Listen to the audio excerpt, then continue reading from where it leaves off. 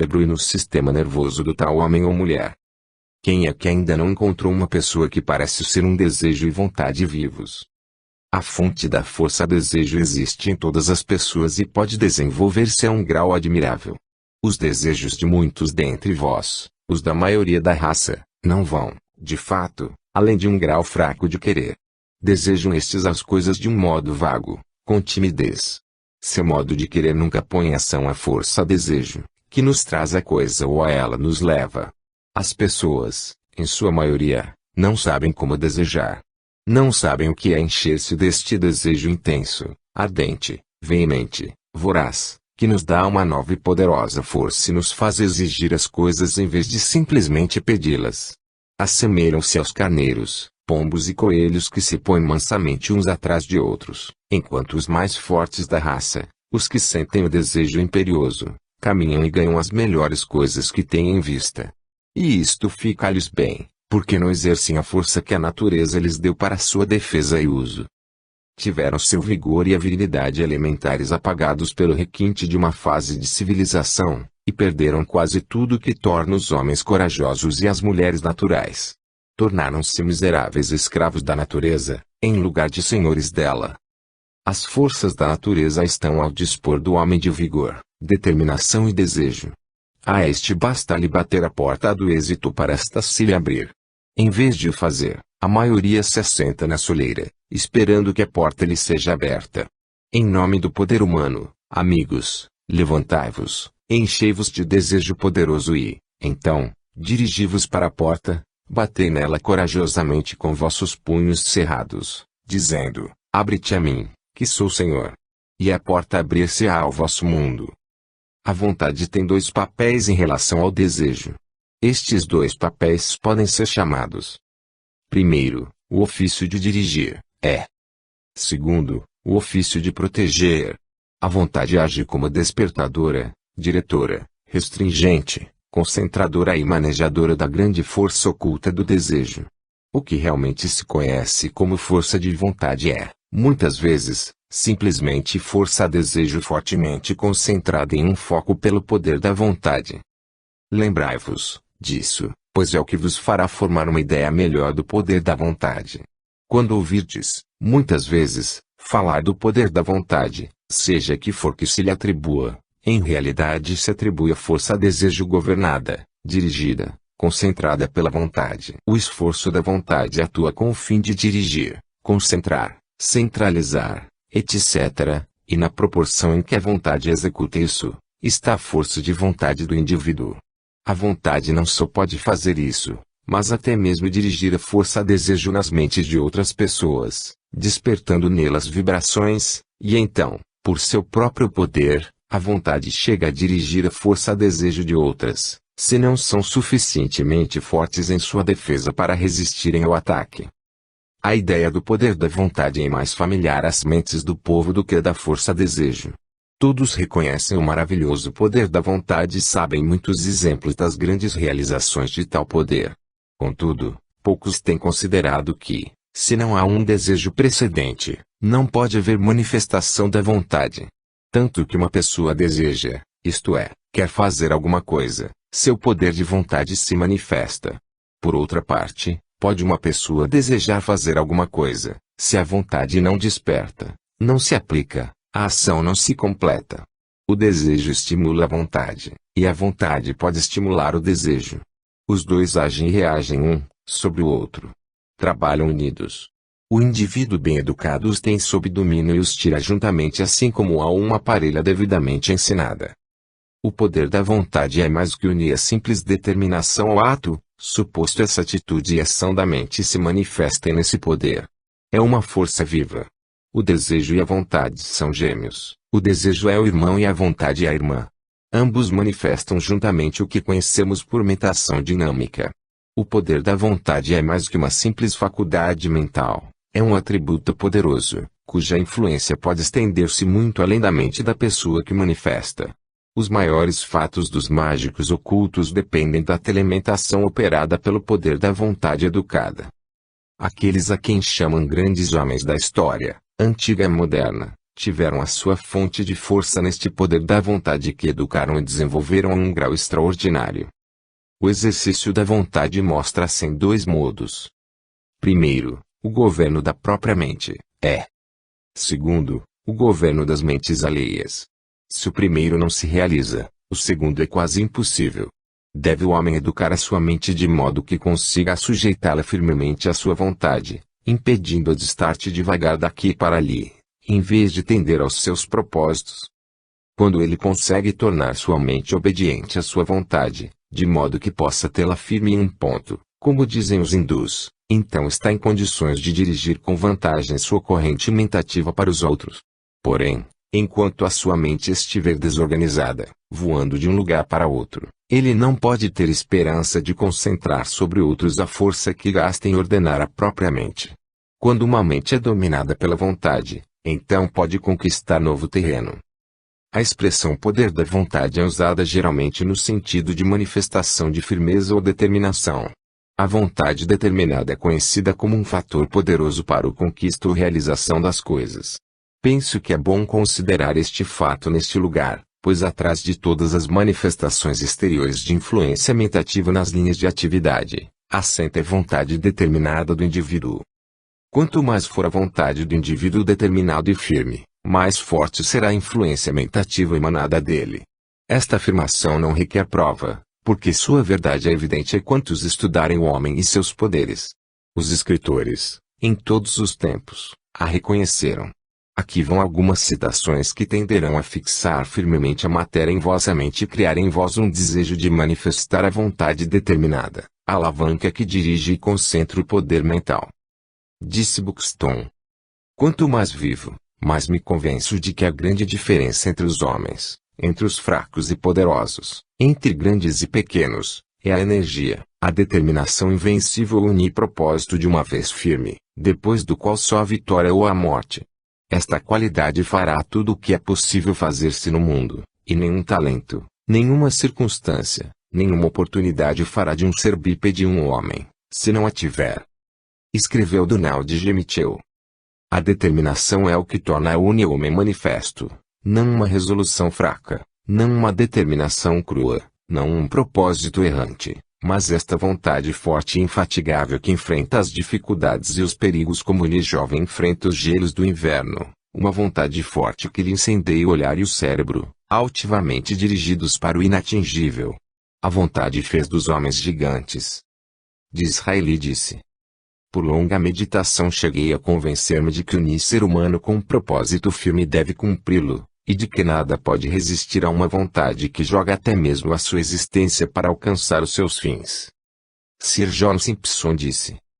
Um desejo apaixonado e uma vontade infatigável conseguem fazer coisas impossíveis ou que tais parecem para um tíbio fraco.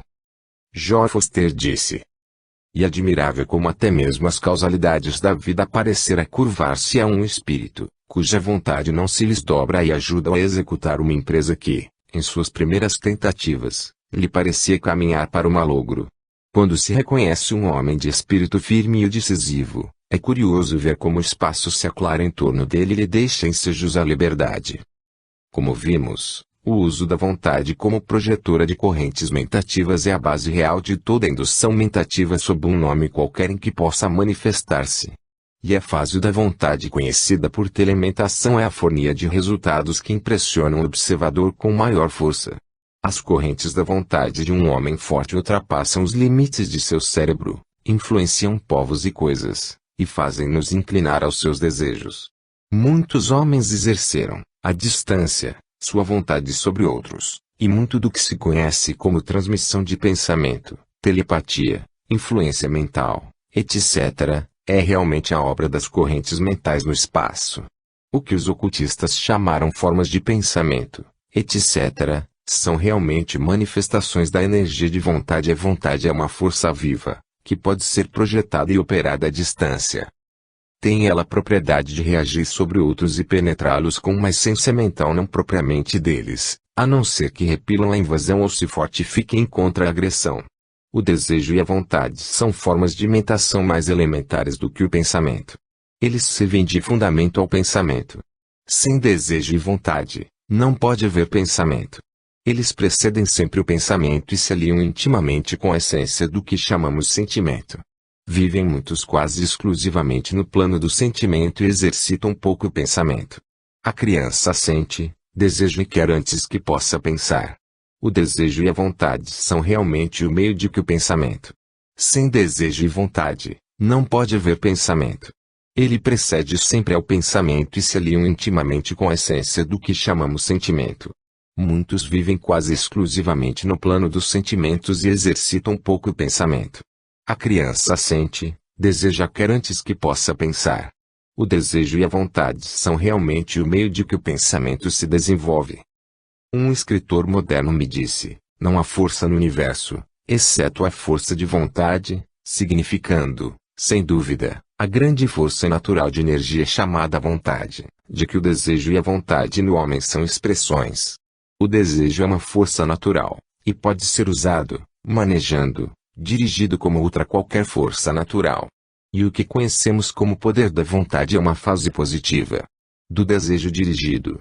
Os orientais educaram e cultivaram este poder da vontade num grau que parece miraculoso para as mentes ocidentais, e por este poder da vontade educada eles realizam os assim chamados milagres que confundem os cientistas ocidentais. Mas o Ocidente mesmo tem os seus homens de vontade de ferro, cuja influência se faz sentir em todos os lados, e cujo poder é plenamente conhecido pelo público. No Oriente estes homens são geralmente eremitas e sábios, ao passo que no Ocidente são geralmente homens de ação, dirigentes, reis da indústria, etc. O poder mental é a essência de toda a indução mentativa.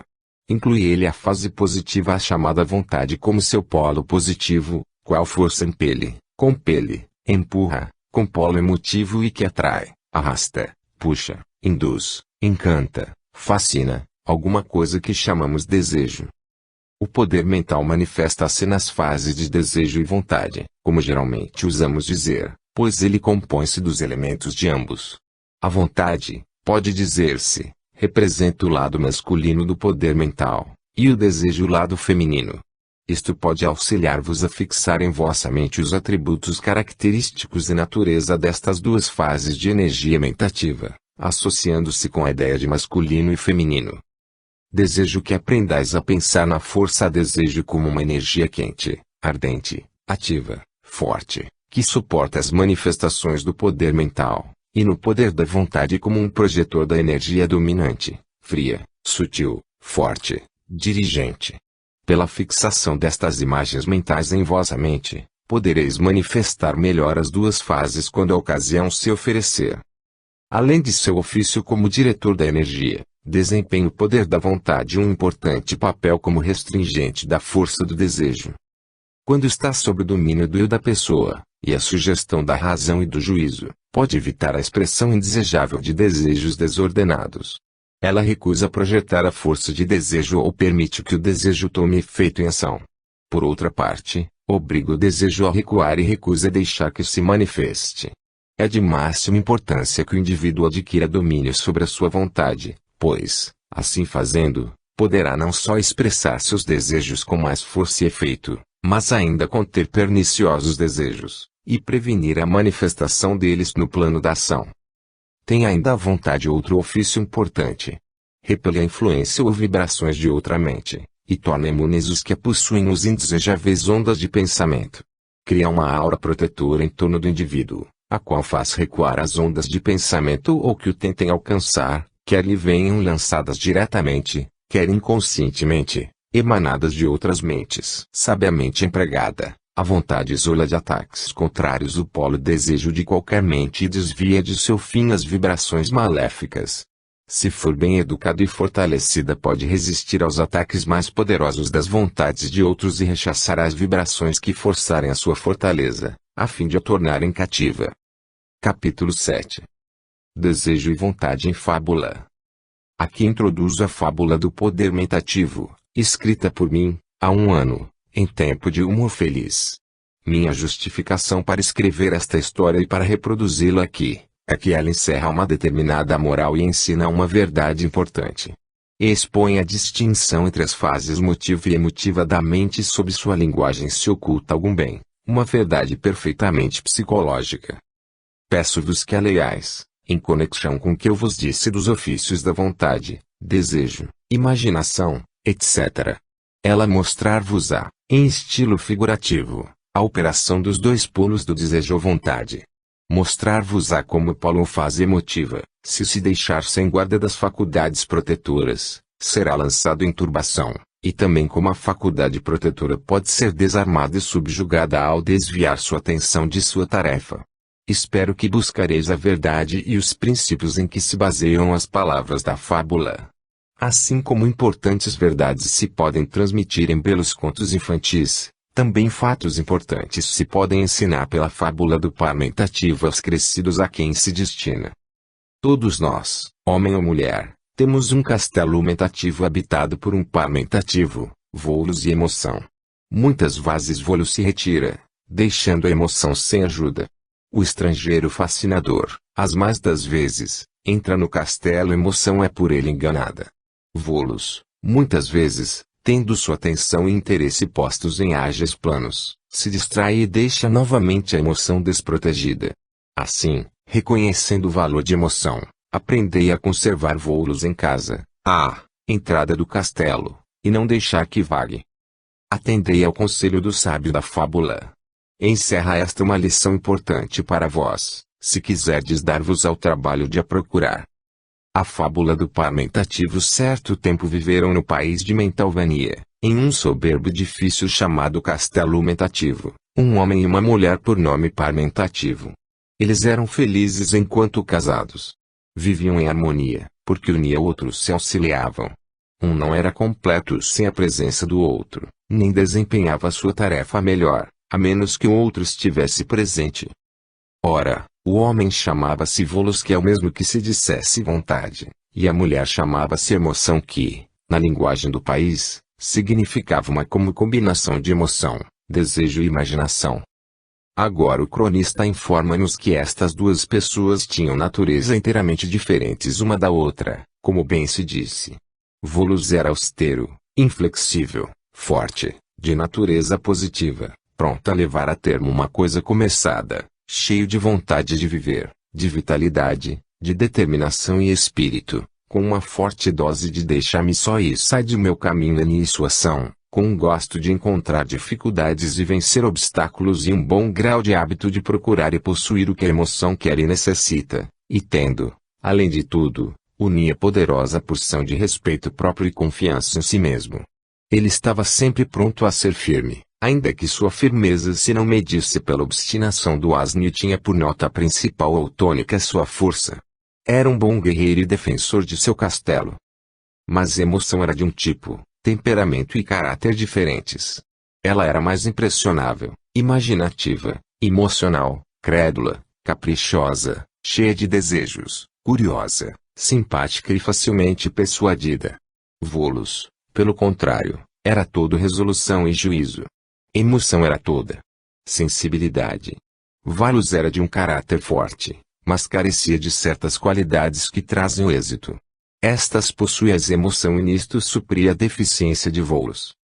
Tinha Volos que figurar todas as coisas, enquanto emoção possuía a intuição e ia a seu termo mais depressa que Volos, que não podia atinar com o processo de sua companheira. Quando ele lhe pedia explicação disso, ela lhe dizia ligeiramente, justamente porque. Esta resposta provocava, muitas vezes, um discurso profano e irreverente da parte de Volos. Isso não obstante, ele sabia respeitar estes porquês de emoção e achava que os auxiliariam em seus negócios. Perdia-se emoção em sonhos e via coisas muito antes de se realizarem, e Volos procurava por estes planos em operação. Ele não podia ver mais além do próprio nariz, ao passo que a emoção via milhas além e anos muito adiante.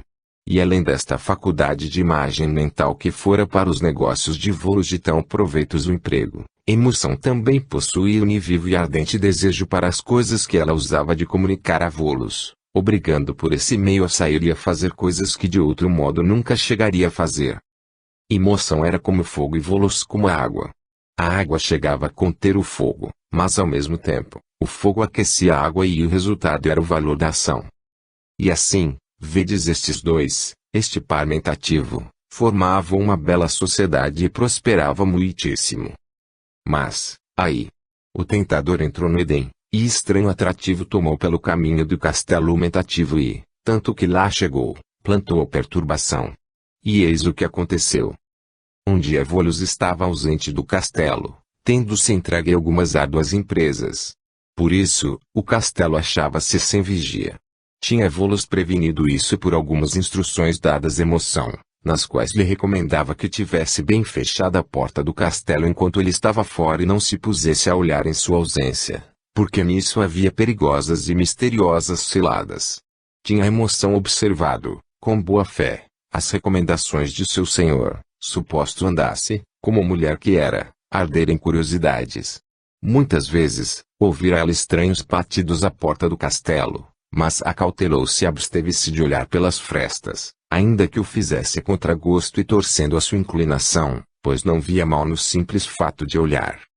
Mas, tornando ao nosso conto este dia particular em que Volos estava ausente de casa, a curiosidade de Emoção foi maior quando ela sentiu os batidos na porta. E, infringindo a ordem, aventurou-se a mostrar-se fora. Olhando para baixo, viu um estrangeiro muito atraente, em cujos lábios pousava um sorriso fascinante. Pareceu-lhe ele tão forte como Volos, e ter certo traço de mulher, por acréscimo. Ele tinha força o que reunia o encanto, que a Emoção reconheceu como parte de sua própria natureza. Ah, suspirou Emoção, eis aqui um homem que pode compreender-me. O estrangeiro fascinador sorriu-lhe docemente e, pondo seus olhos nos dela, pediu-lhe habilmente que permitisse a sua entrada no palácio. Não, não, objetou Emoção. Não posso deixar entrar porque Volos me proíbe. Ah, bela jovem, insistiu o estrangeiro. Volos pretende ter toda a razão, mas é um velho rotineiro e ficou atrás dos tempos. Ele não compreende como eu e tu. Deixa-me entrar. E, como mãe Eva, Emoção cedeu ao engano. Bem, para encurtar uma longa história, direi que, quando Volos voltou a casa, achou que Emoção havia assinado, por ordem de Villevaux Modern Art, uma bela obra publicada por Deluxe Bruce, Quinta Avenida, para ser distribuída em 824 partes semanais, ao preço de $5 cada parte, tendo saído 739 partes, que foram em breve entregues. Tinha a Emoção também dado outras ordens para várias mercadorias que deslumbraram a sua imaginação imprudente e inábil. Volos chamou pelos deuses nacionais, mas filo à tarde, porque o contrato tinha sido firmado. Isto, porém, não foi senão o princípio. Volos não compreendeu do que se tratava, e contentou-se com ralhar a Emoção, que, à vista disso, se derreteu em lágrimas. Mas o veneno tinha feito a sua obra mortal. Quando Volos se ausentava de casa, o hábito se firmava-lhe novamente, entrando o estrangeiro fascinante dentro do castelo, todas as vezes que a sua porta ia bater. Certa ocasião, ao recolher-se, achou Volos o castelo guarnecido, desde os baixos até as torres de observação, de custosas tapeçarias e móveis e vários outros artigos comprados da Morgan Stanley's Popular Installment House, ao preço baixo de $1.000 e $100 por semana. Achou ele também que o castelo tinha sido armado de para-raios, desde o solo às torrinhas, em cada ala, em cada torre seus anexos, e que as notas em que estavam impressos os sinais da lei e a pena de sua infração tinham sido trocadas por outras.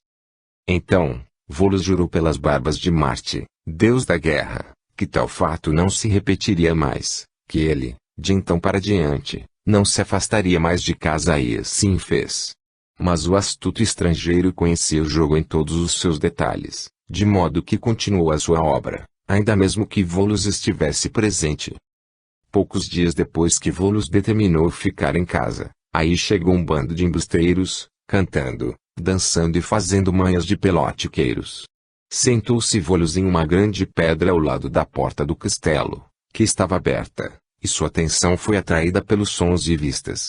Quanto mais depressa giravam os dançarinos, mais fortes soavam os tambores, mais suaves tornavam-se os cantos, mais confusas as proezas dos charlatães, até que o pobre Volos se esqueceu de tudo quanto dizia a respeito à porta aberta do castelo, tão embebido ficou nas estranhas vistas, sons, dançasse lanços de prestígios. Então um dos do bando dos saltimbancos, que era aquele mesmo estrangeiro disfarçado com ornatos de diversas cores, passou por Volos sem ser visto e, em um momento, travou conversa com impressionante emoção. Vigiava Volos a multidão, até que esta se moveu dali e, entrando de novo no castelo e fechando a porta atrás de si, encontrou emoção banhada em lágrimas pelo fato de temer a vinda de uma tempestade. Ai de mim, como sou desgraçada, dizia ela, estou outra vez perturbada, ó Volos, meu soberano senhor. O estrangeiro encantador, que passou por vós na porta, recomendou-me uma grande boneca, que se move por si, automática, e um cravo com válvula de ar líquido, carbureto de rádium, instrumento este com que posso produzir-vos vidas as classes de música e, com especialidade, bonitas áreas, desde o Götterdammerung de Wagner, até o muito popular Beijo Vosso Bebê, adeus. Área cheia de ternura, muita expressão, sentimento da alma, conforme as palavras do estrangeiro, a quem dei minhas ordens. Mariola, bradou Volos, sou forçado a pronunciar alto o nome da produção de Wagner já mencionada por ti, e pela minha Santa Virgem, até mesmo virás a contar-me logo as palavras da melodia do tempo dos farrapos, justamente citada por teus falsos lábios vermelhos. Irra. Na verdade, fui incomodado novamente por esse estrangeiro encantador. Não devo mais ter contemplação com estas cenas passageiras de alegrias e assombros, para não ser novamente ornado com orelhas de burro. Ah! Volos é novamente ele mesmo e, a primeira vez que o estrangeiro encantador aparecer em cena, dá-lhe nas ancas e na coxa com a minha fiel acha d'armas e meu riso quebrará sua fria carcaça. Mas, ó! Mais uma vez o pobre Volos foi enganado e ludibriado, uma vez mais a pobre emoção foi fascinada pelo estrangeiro. E isto sucedeu do modo seguinte. No dia de sua última mina, estava Volos sentado em um degrau em frente à porta estreitamente aberta do castelo. Ninguém passará por mim, exclamava. Mas o fado quis o contrário. Pois, tanto que Volos se sentou aqui, acercaram-se dele várias pessoas que povoaram os outros degraus da porta, e concitavam a Volos com calorosas e enfadonhas previsões da produção de cereais, a campanha presidencial, a questão japonesa, o suicídio da raça, a nova teologia, a idade de Ana, o problema do resultado final da colisão entre a força irresistível e o corpo imóvel, os canais de Marte, o que fará Roosevelt, quando seu tempo expirar, e muitos outros tópicos importantes, sugestivos e de interesse geral. Quanto mais agradáveis eram estes visitantes, tanto mais indulgentes eram os sentimentos de Volos. E ainda que parecessem, no começo, diferir dele, contudo eles, delicadamente, se deixaram pouco a pouco convencer por ele, até que, finalmente, compreenderam que ele era invencível em argumento e invulnerável em lógica. É uma coisa estranha, disse Volos, mas, não obstante, verdadeira, que sempre me acho do lado certo de toda a questão. E sua admiração aumentou quando, afinal, todos o aceitaram. Estou verdadeiramente tornando-me um hábil conversador. E, assim pensando, sentiu-se suavemente adormecer ao sair do rigor intenso das disputas. As atenções lisonjeiras, a alegria da vitória e a excessiva soma de atenção e interesse mostravam que ele tinha gasto muita força e a natureza humana é limitada mesmo no caso de um Volos truculento. E tanto que ele dormiu, o estrangeiro encantador, que era, em carne e osso, o chefe daquela quadrilha de visitantes importunas, meteu-se pelas portas adentro do palácio e apresentou à emoção uma escolhida coleção, de minerais dourados, puro ouro, já se vê, uma máquina de voar de correntes, um automóvel de marca Perigo amarelo e um carro de observação com vestíbulo e sala de visitas e força de 5.000 cavalos. Quando Volos viu o que tinha acontecido, chorou e exclamou amargamente. São restos da discórdia, é a morte de certo. Eu sou o Barão Lisemark. E sobre isto, mandou chamar o sábio que habitava na próxima baronia. Veio o sábio, e depois de ouvir a história, disse: Meus filhos, vosso caso é triste, mas importa que seja acomodado sem unir visitas queras de Sioux e sem levantar-se a questão concernente à pensão. O obstáculo é o seguinte. Volos, sem emoção, não tem desejos ou incentivo para fazer as coisas. Ele não tem necessidades a satisfazer, e, por isso, Não faz nada. Ele necessita de emoção para suprir os desejos. Sem emoção, Volos não tem sentimentos, é uma mesquinha ostra. Por isso, ele precisa dela para preencher o seu sentimento, pois verdadeiramente o sentimento é uma espécie de vida. Sem emoção, Volos não tem imaginação, e não pode ver nada além da ponta de seu nariz. E que a vida sem imaginação? Por todos os numes, a pessoa poderia ser bem uma múmia. E, por outra parte, emoção sem Volos, é um fogo de desejos consumidores, uma desenfreada imaginação, uma faculdade intuitiva degenerada na mais baixa superstição, na mais deplorável credulidade, na mais ociosa fantasia. Volos não tem desejos, emoção ou imaginação de si mesmo, ao passo que emoção não tem vontade de si mesma. Verdadeiramente não se pode ver por tudo que este par necessita muito um do outro. Cada um isolado é incompleto. Unidos, eles se mantêm, separados, caem. A força dos dois está na união. E, mais do que isso, cada um, sem o outro, cai como presa nas malhas de algum fascinador estranho. Vimos como a emoção foi fascinada e dirigida pela vontade do estrangeiro que ganhou acesso no castelo. Mas vi também, pela minha arte mágica, que, quando Volos se afastou de casa para negócios importantes, sem ter emoção ao seu lado para mostrar-lhe o caminho reto, caiu vítima das ciladas do desejo e da imaginação de uma bela estrangeira ao cruzar o rio, e cumpriu as ordens dela e empregou sua vontade para cumprir os desejos dela em vez dos da sua própria emoção. Na verdade, estas duas entidades se separaram uma da outra, e devem agora unir-se de novo. Verdade é que só terão harmonia quando andarem juntas. É este o segredo da mina de emoção. Sem a vontade de Volos para protegê-la, dirigi-la e aconselhá-la, emoção deixou correr impetuosamente o desejo e a imaginação, como se estivessem desenfreados.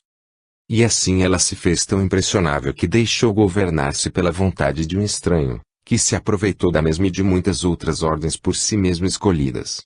Mesmo quando Volos estava sentado à porta, vigiando os jogadores, dançarinos e pelotiqueiros, sua atenção estava tão preocupada com o que via, que o estrangeiro encantador passou pela porta e fê-lo como se Volos estivesse ausente de casa. E, por outra parte, quando Volos deixou enredar-se nos discursos da turba de visitadores e empregou a sua energia e força em argumentos e disputas com ela, e quando ele se mostrou contente com a segurança falsa de seus irmãos unidos da pedra de lisonja, ele descorou sua vigilância, deixou-se cansar, ficar sonolento e dormiu, e, aproveitando-se o estrangeiro do sono de Volos, penetrou outra vez no interior de seu castelo, onde recebeu as ordens de emoção para aqueles gêneros. E este é, pois, o remédio, como o meu sucessor Lawson de Boston dirá nos séculos futuros, este é o remédio. Cada pessoa deste par mentativo deve ligar-se estreitamente à outra. Volos não deve ter negócios importantes além do rio, deixando a emoção sem um protetor e conselheiro. Emoção, por sua vez, deve unir-se fortemente a Volos e satisfazer a curiosidade, a imaginação, a emoção e o desejo próprios, dispondo seu companheiro a criar as coisas por meio dela, a fazer as coisas que ela sonha, a alcançar as coisas que ela deseja e expressar aquelas que sentiu. Este é o segredo do êxito, caro par mentativo, trabalho mútuo pelo desejo e pela vontade, agindo ambos em união e harmonia, com fé um no outro, guardando um ao outro do estrangeiro encantador, que os assalta quando separados. Agora, pois, filhos, lançai-vos a laborar. Isto dizendo, o sábio desapareceu da vista. E a moral desta fábula do par mentativo é esta: a mente de todos os homens e mulheres é um castelo mentativo habitado por Volos e emoção. E o que aconteceu ao par na fábula, pode acontecer, e acontece a muitos em cada dia da vida. A vontade, afastando-se da casa, e atendendo a outras atrações, deixa o castelo sem guarda e o estrangeiro encantador penetra nele. Por outra parte, a vontade deixa-se ficar cansada, fatigada e divertida por argumentos inúteis, conversas e cogitações instigadas pelo artificioso e encantador estrangeiro, e este se insinua pela porta. Em todos os casos, emoção está ao lado interior da porta, sem proteção e inocente, fiel à sua própria natureza, crédula, imaginativa, fantasista, desejosa e emocional, e admissível que ela encomende coisas que não sejam de necessidade para a família. E o remédio do sábio, como foi dado ao par mentativo, pode ser e ser aplicado a todos os homens e mulheres em seu castelo mentativo. Esta é, pois, a moral da fábula. E assim terminou a fábula do par mentativo que habitava no castelo, em Mentalvania, nos velhos dias em que os bravos cavaleiros tinham suas armas e as belas damas os seus caprichos. Capítulo 8. Poder mental em ação.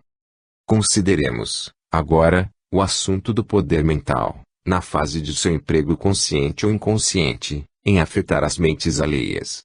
Verdade é que este assunto será considerado detalhadamente no capítulo sobre magnetismo pessoal ou telementação, mas será bom que lancemos olhar a obra geral deste ponto. Tocarei aqui nos pontos brevemente e demorar-me-ei neles quando chegarmos às suas respectivas lições. Consideremos, em primeiro lugar, a matéria da indução mentativa. Como vedes, as correntes de poder mental fluem em ondas vibratórias da mente do indivíduo e agem sobre as mentes de outros, consoante as leis de indução mentativa. Assim elas estabelecem vibrações correspondentes de sentimentos, nas mentes de tais pessoas. Em outros termos, essas vibrações induzem ou estabelecem, pela indução na mente de outros, estados mentais semelhantes aos que existem na mente do mentador. São estes estados mentais induzidos semelhantes, em qualidade e natureza, aos que se acham na mente de origem. Mas, sem dúvida, eles são menores em grau, porque uma parte da energia original se gastou em muitas direções, e então certa soma de força se perde, conforme o grau de resistência nas mentes receptoras. Consciente ou inconscientemente, se estabelece nas mentes receptoras uma considerável resistência às vibrações, a qual as neutralizará ou repelirá, ou ainda tirará do seu poder. Se, pelo contrário, a mente receptora for, em sua natureza, mais ou menos favorável às vibrações, fará pouco ou nenhuma resistência, e a condição induzida será quase tão forte como o impulso. O éter, ou substância fina que enche o espaço, está constantemente misturado com estas correntes mentativas, de todas as sortes e graus manando das mentes de todas as espécies de pessoas.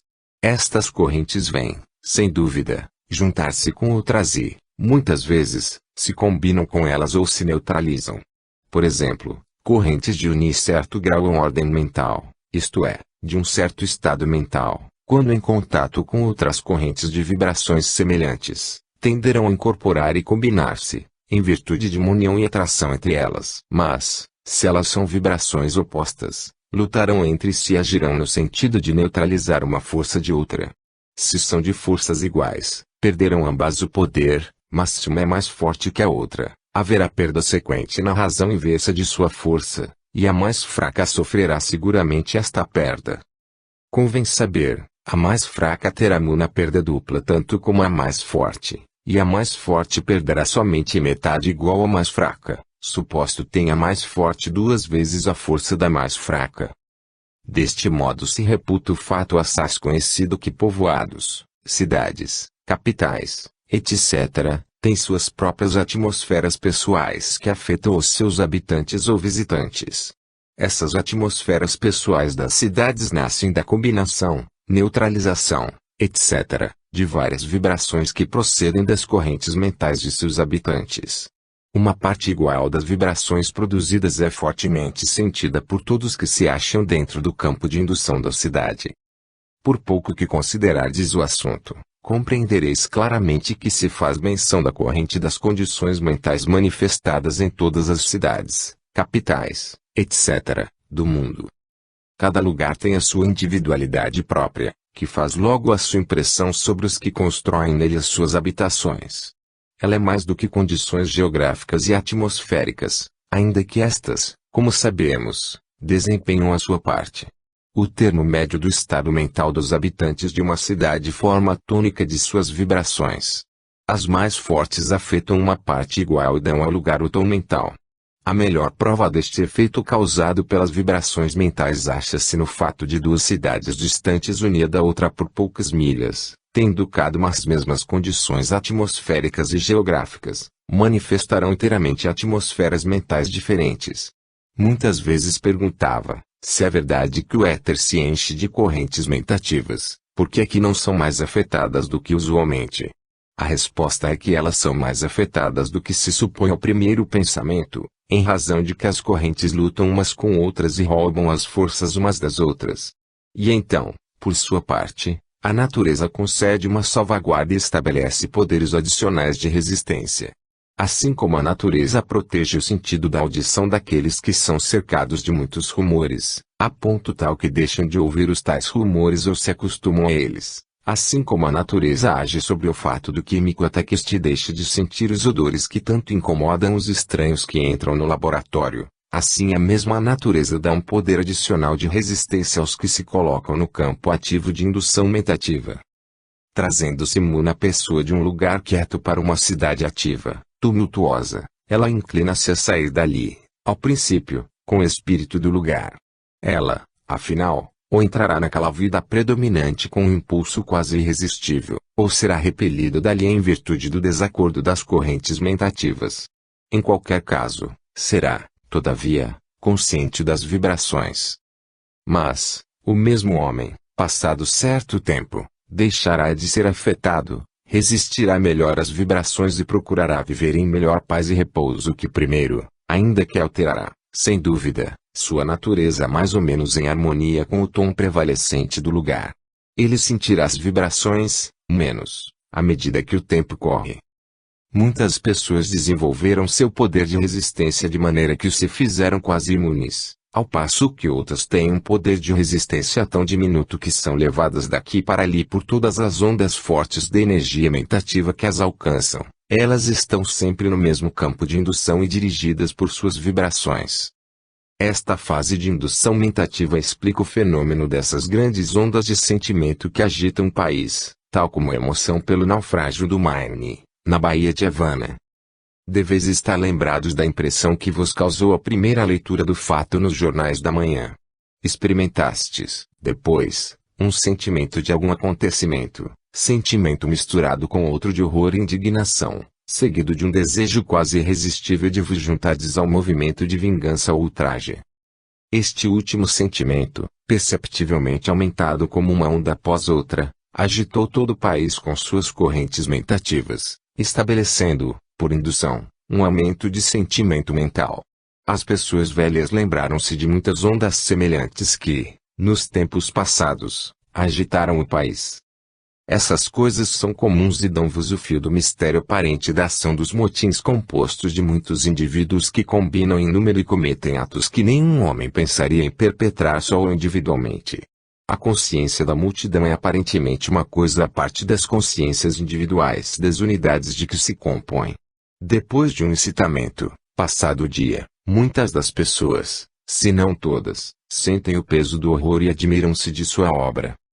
A plebe amotinada é um centro ciclônico de correntes mentativas, semelhantes a um torvelinho ou furacão, com um centro ativo e uma circunferência menos ativa. As grandes ondas de fervor religioso notáveis em comunidades durante o progresso das reformas não são consideradas do mesmo modo. Alguns reformistas suscitam um redemoinho de sentimentos fervidos e emoção, e esta se espalha em círculo que, por sua vez, se alarga e aumenta. Depois sua força diminui gradualmente e ele acaba por acomodar-se ao estado mental acostumado da comunidade. Tais torvelinhos ou furacões de excitação emocional, avolumados ainda da energia mentativa que lhes é lançada, servem de combustível ao fogo. Esta força iria sempre crescendo em vigor e volume, se não houvesse uma provisão da natureza que gera a lei de ascensão e queda, aumento e decrescimento. A lei universal do ritmo que se manifesta assim neste como noutros domínios da mesma natureza. Todas as coisas têm sua elevação, seu apogeu e seu declínio. O mesmo acontece para as ondas gerais de energia mental ou correntes mentativas. Mas outras fases há que devemos considerar, de fato. Entremos a examiná-las. Em primeiro lugar, há correntes mentativas que nascem de um desejo fortemente concentrado qual, formando uma imagem mental igualmente forte, por meio da visualização, cria por si mesma um centro de força de desejo, que, dirigida pelo poder da vontade, atrai a si tudo que a vontade acomodou aos seus planos. Ela constitui por si mesma um centro mentativo, Em torno de sua ideia visualizada envia constantemente fortes correntes mentativas carregadas com uma força de desejo mais ardente, dirigida e projetada por seu poder de vontade desenvolvido. Assim se opera a grande lei de atração, de que tanto falaram os primeiros escritores. Essas correntes mentativas, carregadas de desejos, espalham-se e põem-se primeiro em movimento rotatório como um torvelinho, correndo circularmente, e atraindo para o seu centro pessoas e coisas que tendam a executar os planos do centro. O desejo original na mente do homem se reproduz em espécie nas mentes de milhares de pessoas pela lei de indução mentativa e todos vêm dar no mesmo plano, em grau, sem dúvida, dependente da positividade pelo grau de positividade do mentador. Os grandes planos dos assim chamados reis da indústria se realizam em virtude dessa lei. Muitos desses grandes centros de força de desejo, desses homens bem-sucedidos, que atraem para si as coisas e pessoas de que necessitam, não são conscientes da natureza da força que têm, mas há, todavia, um número sempre crescente dos que a conhecem e empregam, para fins honestos. Muitos dos principais comerciantes firmes e frios são completamente versados nas leis ocultas. Se os verdadeiros fatos do caso se tornassem públicos, causariam a maior sensação que nunca foi conhecida no país. Há depois ainda outra fase da matéria. Aludo aos casos de homens, geralmente conscientes, mas algumas vezes inconscientes, que focalizam suas correntes mentativas diretamente sobre alguma pessoa ou pessoas que são necessárias aos seus planos e desejos.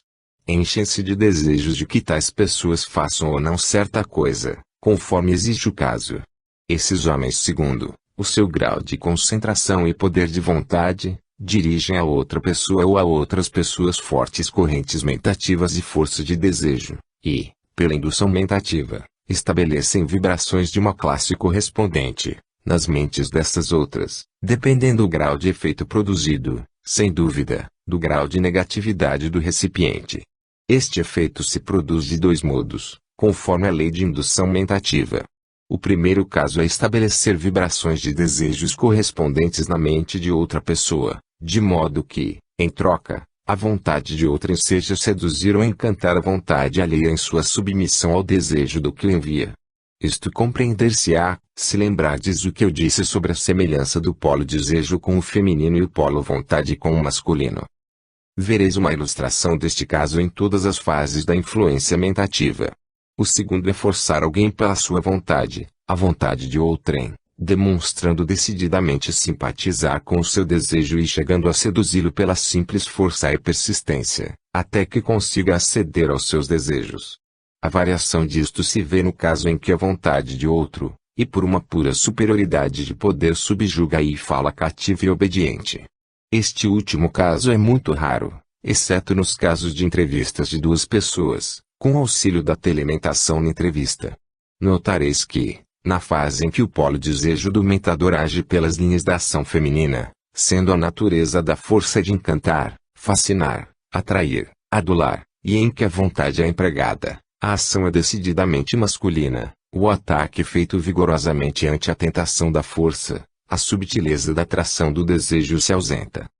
Os gigantes na arte da atração mentativa combinam os polos em seus ataques e obras e assim nas palavras de Tio Remus, conseguem o que querem tanto quanto entram como quando saem, como o faz Brer Fox.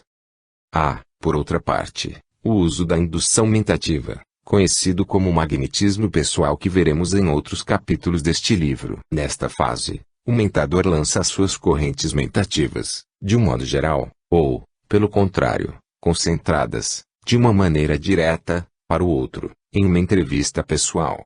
Este é o segredo do que chama magnetismo pessoal, e também da extraordinária maneira, para o ignorante, que muitos têm de dominar outros pelo olhar e pela força da vontade. O magnetismo pessoal, fase de influência pessoal, é a da atividade feminina, e a força de vontade, a da atividade masculina. Há, depois, esta forma de indução mentativa chamada sugestão mental, que interpreto nos últimos capítulos. Ainda que a sugestão se refira mais às palavras do que às correntes mentativas, contudo o princípio é o mesmo. O estado mental é induzido por palavras ou coisas físicas, que são os resultados dos estados de sentimento e mente, Do mesmo modo que o registro fonográfico é o resultado da linguagem original, que Sé pode produzir, quando o diafragma se acha em contato com ela por meio de uma agulha. E então há muito pouca sugestão mental que não se realiza com as correntes mentativas, muito poucas, de fato. Encerrando esta lição, desejo aconselhar aos meus leitores que refreiem as manifestações ou sentimentos de algo como receio, de que já falei ao tratar do uso da energia mentativa por outra pessoa. Lembrai-vos que o receio em si mesmo é a influência mais negativa e o estado mental mais fraco até hoje conhecido. O receio torna negativo ao homem mais positivo. Se ele lhe dá entrada. Por mais poderosas que possam ser as correntes mentativas, não há nenhuma que não perca o seu poder e efeito ante o poder da vontade posto em ação pela vossa própria força de desejo. Tendes em vós, sob vossa direção, uma força que vos fará perfeita e absolutamente imune à influência mentativa indesejável de quem possa manejar contra vós.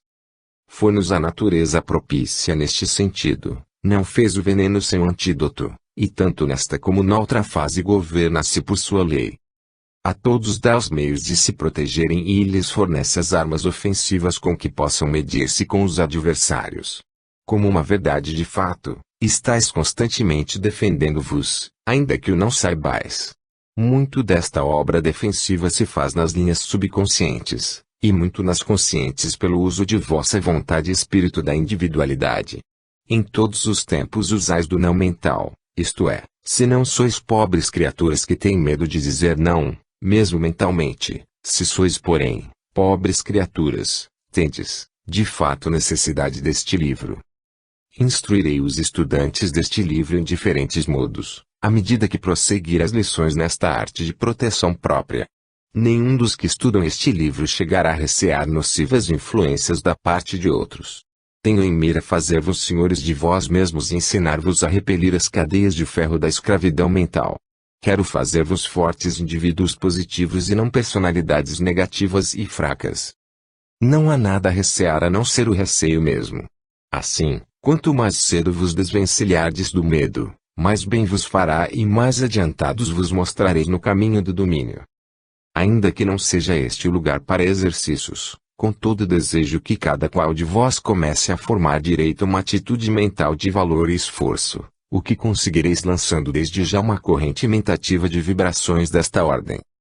Se assim fizerdes, e eu sei que podeis fazê-lo, então começareis a sentir um aumento de força. Principiareis a verificar que o vosso poder cresce e a ver que outros começam a senti-lo. Principiai hoje, neste momento, a irradiar correntes mentativas de força e poder em todas as direções. Estimulai as correntes sentindo um desejo ardente, forte, intenso, de serdes enérgicos e de irradiardes vibrações de força. Reforçai as correntes aplicando a vontade forte, firme, poderosa e dominante e o resultado aparecerá. Lembrai-vos bem aqui, primeiro, último e em todos os tempos, que não é esta uma matéria de pensamento, mas de sentimento. Os pensamentos são frios, os sentimentos são quentes, ativos, vitais. Por isso, não deveis pensar simplesmente, sou forte, ou papaguear isto, mas agitar o fundo de vossa natureza até que geralmente sintais que, de fato, sois fortes e possuidores de energia mentativa e radiante. Temias as coisas, enquanto boas, foram produzidas por este pensamento vivo. Sentimento, desejo, emoção, paixão, apetite, vontade, pedido, são forças que criam poder. Assim, pois, não vos enganeis com o tal poder do pensamento que já vos causou, por certo, enfado ouvirdes falar dele tantas vezes. Não é simplesmente o poder do pensamento que faz a obra, mas o poder do desejo, sustentado pela vontade. Para criardes uma coisa, deveis desejá-la com um desejo ardente, veemente, que não tolera repulsas, sustentado ainda por uma vontade que desconhece as palavras não posso ou não. Capítulo 9. Magnetismo pessoal. Pode ser que a manifestação mais interessante do poder mental pelas linhas de telementação e indução mentativa, ao menos para o principiante deste estudo, seja a fase conhecida como magnetismo pessoal. Podemos começar considerando o uso da palavra magnetismo em relação com a influência mental, etc. Muitas vezes ouvimos falar de magnetismo pessoal, magnetismo mental, personalidade magnética, etc., usados no sentido de atração mental, influência pessoal, fascinação, encanto, influência psicológica, etc. Vejamos como são usados estes termos. A explicação envolve uma parte interessante conhecida da história oculta. A palavra magnetismo deriva sem dúvida da palavra magnete. Temos aqui um trecho interessante de história.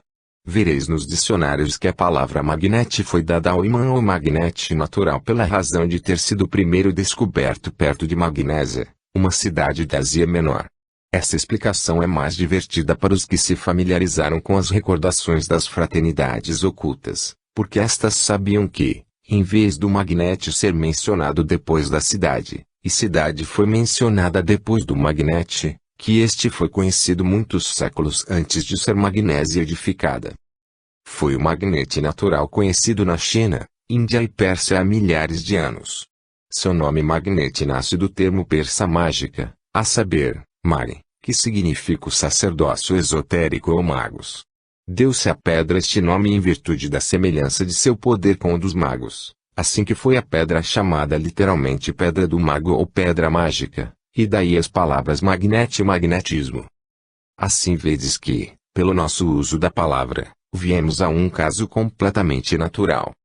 Um fato interessante, e que nos vai provar que as mentes agem em canais acostumados.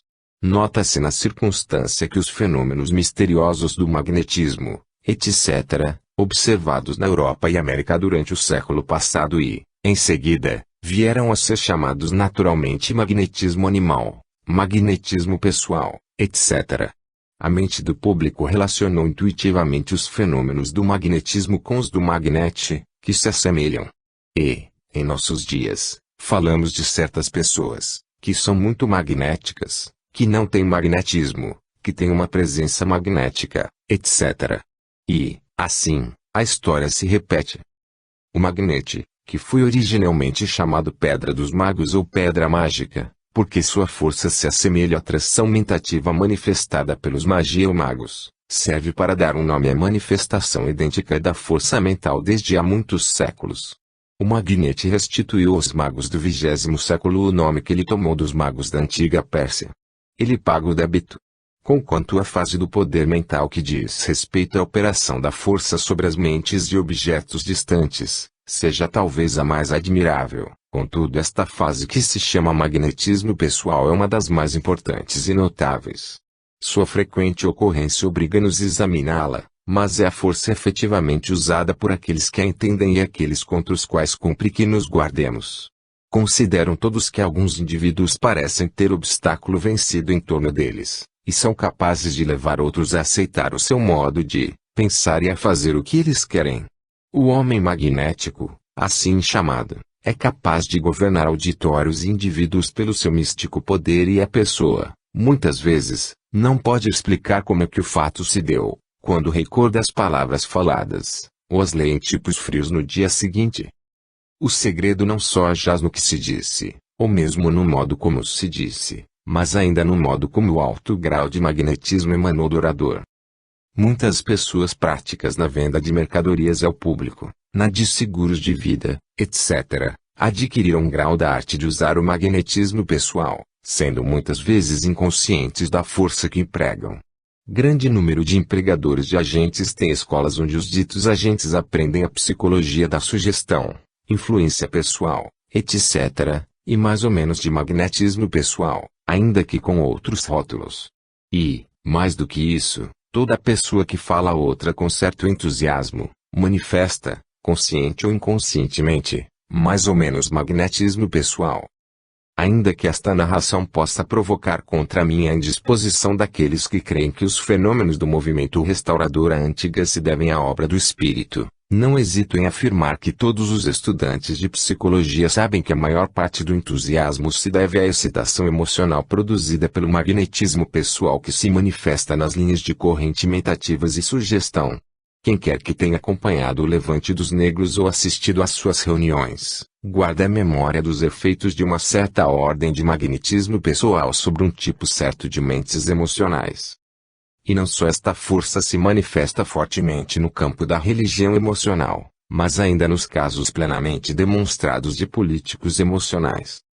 Sinta e considere um homem friamente as obras de uma parte de homens das fileiras de alguma facção política durante a campanha. Veja como eles são dominados por apelos emocionantes aos seus preconceitos e espírito de partido. Veja como se deixam enganar por promessas e discursos